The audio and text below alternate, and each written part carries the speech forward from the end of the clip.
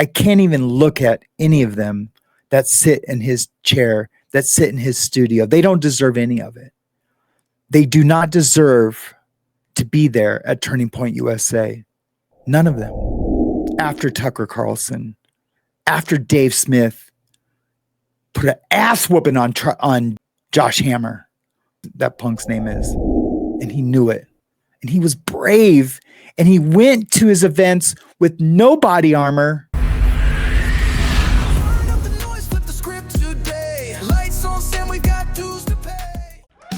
Hey everybody, welcome to After the Bars. I am Sam. That's me. Man, it's been a while. I can't remember the last show I did. I want to say it was on. I can't remember what it was on, but I remember it did really well. Geez, how can I not remember? Let me just take a quick look. Oh, it was Hunter Kozak. So I did a show on Hunter Kozak. I called it Hunter's Warning. He knew. I'll leave a link in the description.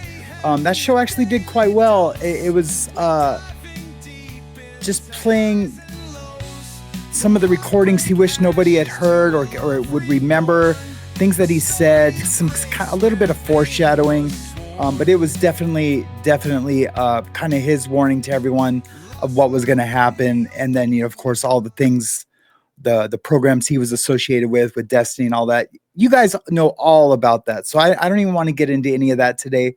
What I do want to talk about, though, today is Charlie Kirk. He had a mentor, a spiritual mentor. His name was John MacArthur. He runs a church in California, just north of Los Angeles. And he was legendary. He was legendary. He was no prisoners, no holds barred, stood 10 toes on his faith with his chest out. And Charlie admired this man. We always want to say God's plan. It's God's will. God's will is perfect, even if we don't understand it at the time.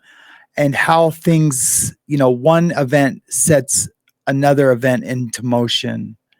And I really think that John MacArthur's death set some things into motion. So there are some things I want to expand on from Baron Coleman's view of the situation. Last night on his live, he talked a little bit about it.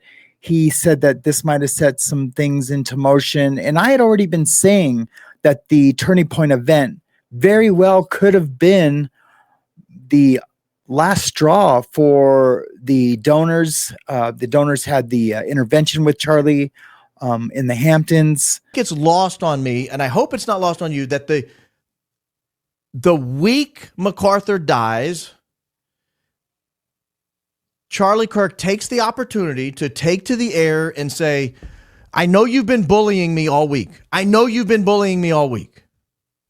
And I know you bullied me about Tucker Carlson, and I know you bullied me about Dave Smith, but I'm a lot like John MacArthur. I'm not like those other people you know. I'm not going to fold. I'm not going to fold. I don't know. I look at that and I think,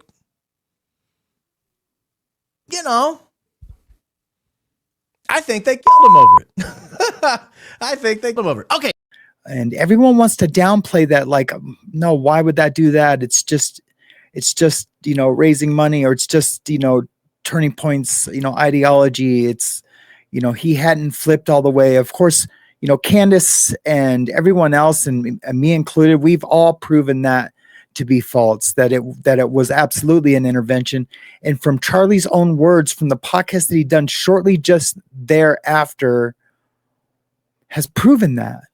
You know what I want to talk to you about? Hey guys, it's Sam. Sorry to interrupt the show, but hey, can you hit that like button down below? It's absolutely free, and it really, really helps the algorithm. But it's their verdict. Welcome to the After the Bars podcast. Has proven that it was absolutely an intervention, and Charlie was no punk. He was a political kid in high school, and he grew to grow this wonderful company called Turning Point USA. And there's rumors that it's not even a Christian based organization anymore. I'm talking like its own little deep state of Mormonism, but I don't know enough about that. I'm investigating that right now. So might have more on that soon. But the path that Charlie was going to take, he had made known loud and clear. And that path, I know for a fact, did not align with his donors and did not align for which he stood on just a year before. And Real Fabio? yeah, oh yeah, he's an idiot. Yeah. Oh, I almost had the name. Ugh. So he's like, yeah, that dude, he didn't testify against somebody on a murder trial.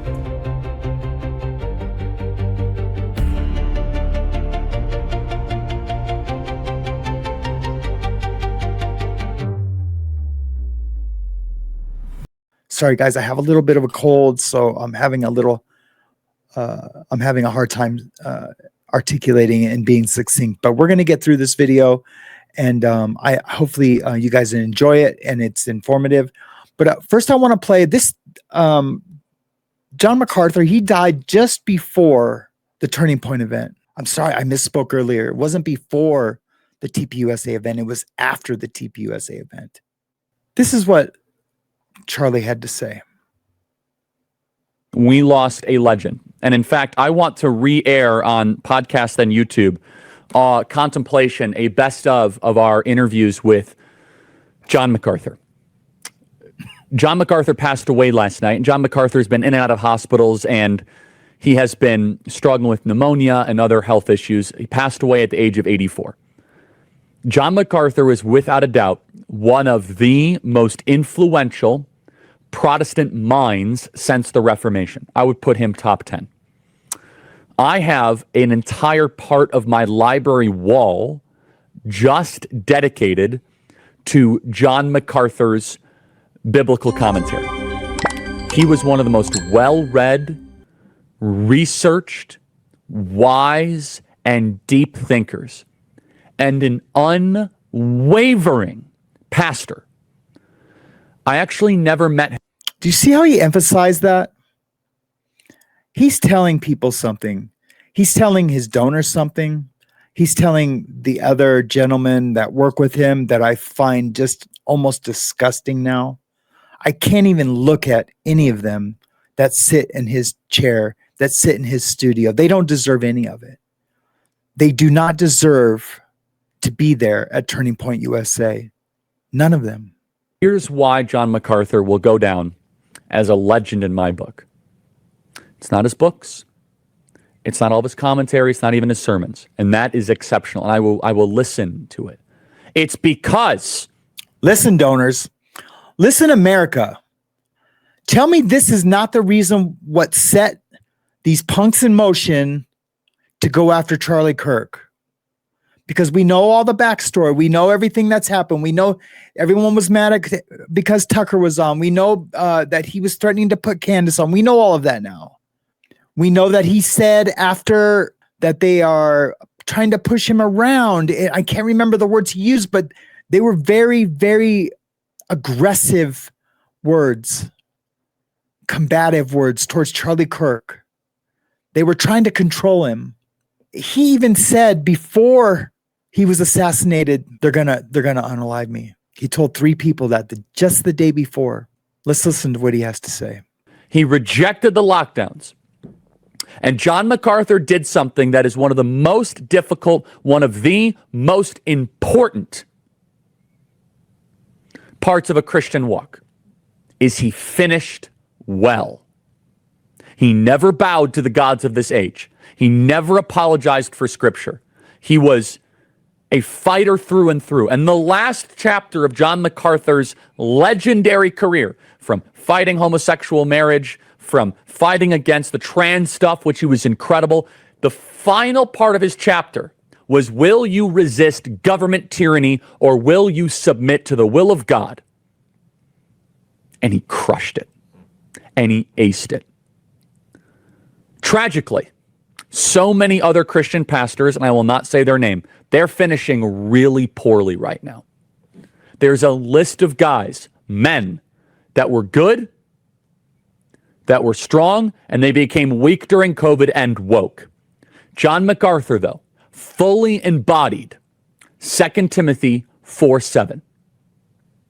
I have fought the good fight. I have finished the race, and I have kept the faith. John MacArthur and I have something in common. We're both Scots. We don't like being told what to do. We're lovers of liberty, lovers of freedom, lovers of America. John MacArthur is now in heaven with our Lord, and we will continue the fight that he started.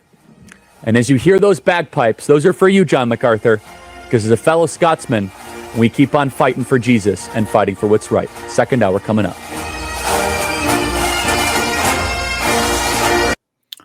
I bet you guys John MacArthur was waiting there with open arms for Charlie.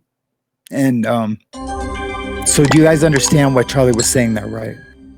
Because he knew his mentor, and his mentor would never be bullied, would never compromise any of his beliefs. His integrity was the most important thing to him. And that's what Charlie was saying.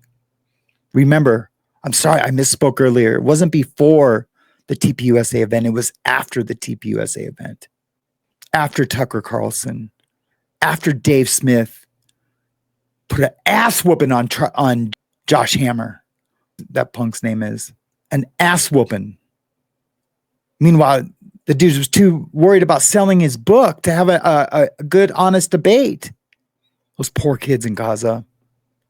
Charlie was letting everyone know, I am John MacArthur. You are not going to bully me. Now what? The day before he was assassinated, he told 3 people they're going to kill me. And he knew it. And he was brave. And he went to his events with no body armor because you know what? He knows if it's God's plan, it's going to happen. It's going to happen. And Charlie knew that. He knew that by him being martyred would expose the corruption. So he's like, God, use me. What did Erica say? Did you hear what you said, Charlie? Because he said, here I am, Lord. Basically saying, use me in any way you need to see the mission through. And you know what? Charlie knew Candace Owens had his back. He did. He texted to her way before. Yeah, he might have been smitten with her and, but he prophesized it. I don't want to get all weird and religious on you, but it's what it is. We see it. And you've seen Candace, she nailed those planes from Egypt, following Charlie, always in the same place he is. The same 2 planes or 1 plane, I can't remember. That's her story to tell. But I've been saying for a long time that the TPUSA event is the one that ignited it. But I stand corrected. It was the TPUSA event along with John MacArthur's death. But Charlie knew. He didn't care. He was a brave soldier. The sun was shining, the sky open wide. Your words still fly like flags through our town, our guide. Stand up for truth, you called us to do. And after the bars, we are Charlie, raising red, white, and blue. What's your name? None of your business, unfortunately, but... Okay, hello, nice to meet you, none of your business. Thank you, I appreciate it. So, do you love America? Yes, I do. I hate America.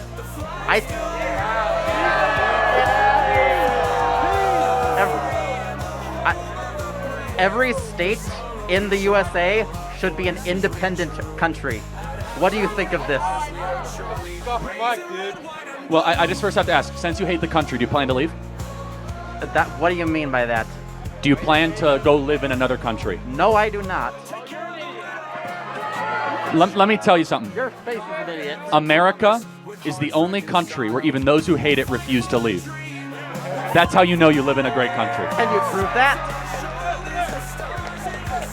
Well, thank you. May I have a hat? No. So let me ask you, none of your business. Who do you plan to vote for? I plan to vote for Kamala Harris. Why? I mean, you answered my question, so I'm done here. Like, there are people waiting. Can you tell me her greatest accomplishment? No, I can't. Can you tell me a single accomplishment? I cannot. I want to leave. Like.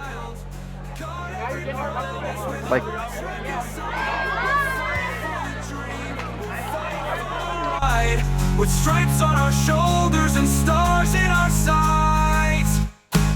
So we'll rise hand in hand for the good of this land. We'll carry Charlie's flame. Let the flag still wave for the land of the free and the home of the brave.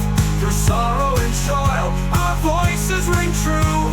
We'll stand for the stars and the red, white, and blue. We'll carry Charlie's flame. Let the flag still wave for the land of the free and the home of the brave. Through sorrow and trial, our voices ring true. And after the bars, we are Charlie, blazing red, white, and blue. We are Charlie, you're Charlie, I am Charlie, a reborn man.